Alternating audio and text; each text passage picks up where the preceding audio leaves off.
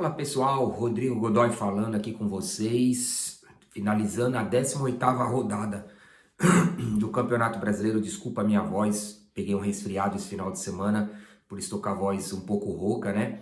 Mas vamos aqui falar sobre essa 18ª rodada, principalmente pelos times daqui de São Paulo, começando com Corinthians e Fortaleza. O Corinthians entrou com um time reserva, e o Fortaleza aproveitou, fez um grande jogo ali, saiu ganhando de 1-0, e até que o Corinthians estava bem no primeiro tempo. Gostei muito do menino que entrou pelo lado direito lá, eu acho que é Gabriel, o nome dele, muito bom, canhotinho, muito bom esse menino, com certeza vai dar o que falar daqui para frente, tendo mais minutagem. Eu acho que é bom a gente olhar para esse menino, né? E aí no segundo tempo o Dorival trocou, colocou os titulares e aí o Corinthians foi para cima dentro de casa, mereceu o empate. Mais uma vez eu volto a falar, o Corinthians, quando o Carrilho joga bem, o time do Corinthians joga bem, e foi merecido o gol ter chegado para ele ali naquela bola ali que o goleiro espalmou e o Carrilho estava atento para fazer o gol do empate, né? Mas como eu falei, saiu jogando com o time reserva, tomaram o gol. Depois, segundo tempo, o time titular conseguiram um empate. Poderiam ter virado esse jogo se tivesse mais uns 5, 10 minutos ali. Provavelmente o Corinthians virava esse jogo, né? E aí vamos pro Palmeiras. Palmeiras e Vitória. Vitória com Carille, né? Tá melhorando, né? Um time que depois que o Carille chegou melhorou, saiu ganhando de 2-0. E o Palmeiras também com um time mesclado ali, porque tem a decisão na quarta-feira contra o Corinthians.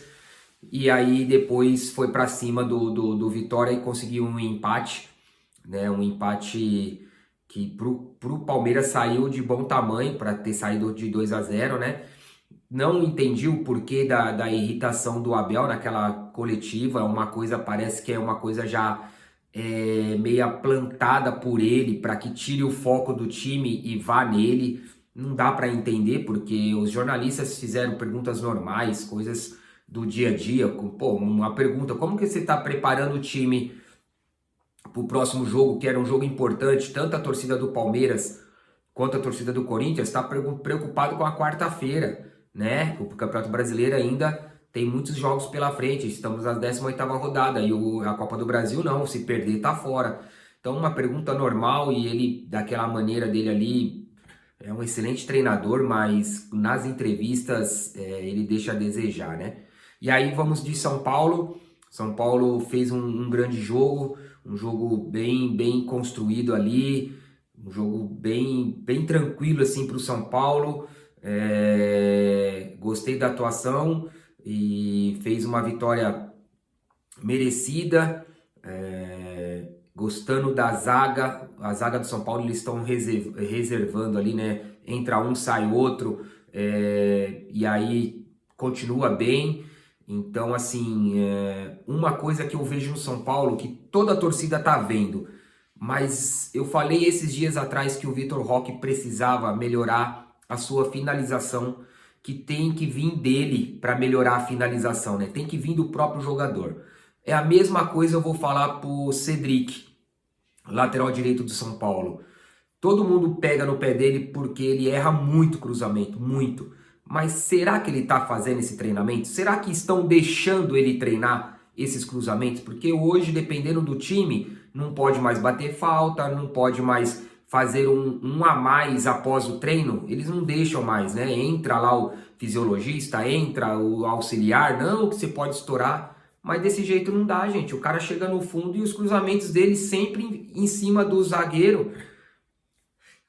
Então a gente tem que esquecer o que o mestre Tele Santana fazia com o Cafu, pô.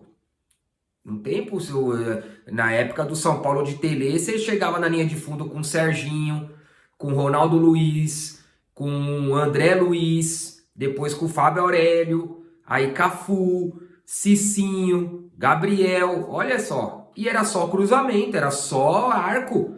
O centroavante só chegava finalizando ali. Então eu acho que tá na hora, né, de pegar o menino ali após o treino, ó, mais 10 minutinhos, toca, passa, ajeita pra ele, já bota os meninos da base ali que estão subindo pro profissional pra tocar pra ele, ir na área, pra ele cruzar, os moleques chegar cabeceando. Pô, uma coisa básica, 10 minutos não vai matar o rapaz.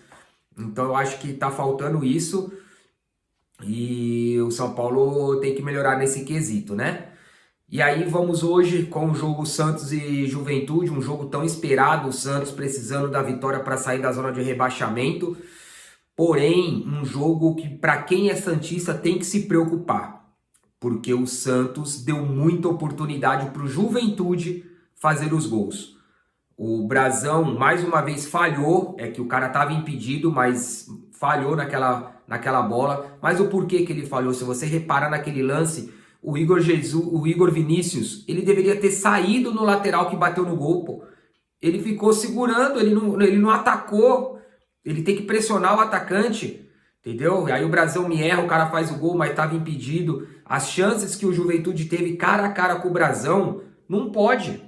Não pode, o time do Santos não pode deixar o meio de campo do Juventude armado do jeito que armou, entendeu? Então, assim, para quem é santista, como eu, temos que estar preocupados, porque o Santos pega o Cruzeiro.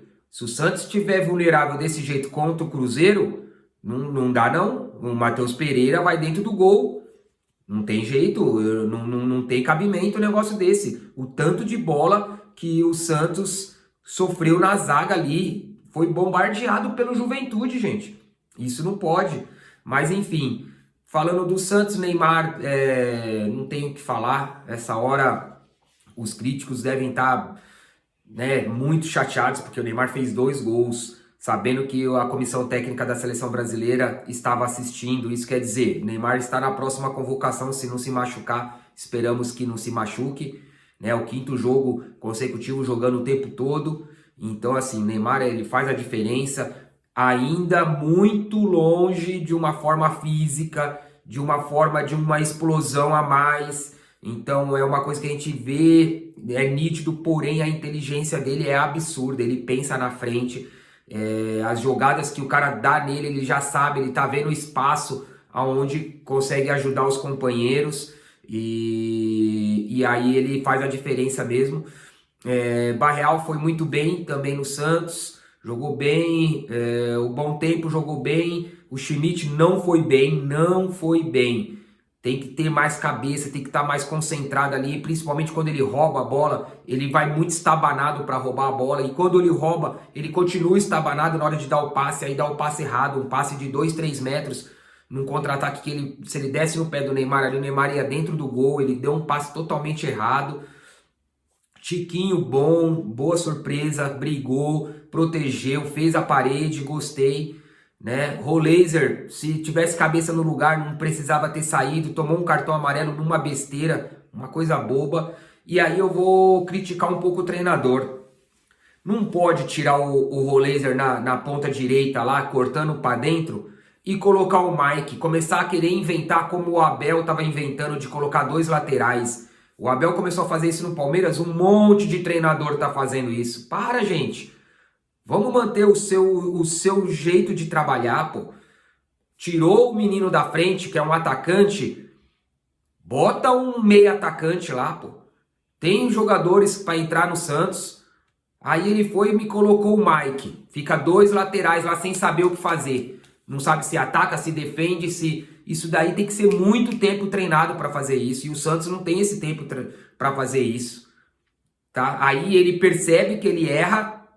Ele percebeu o erro dele. Tirou o Igor Vinícius. Trouxe o Mike para trás. Aí vocês percebem que o Mike começou a jogar melhor. Ele de lateral. E aí botou o menino na ponta direita lá.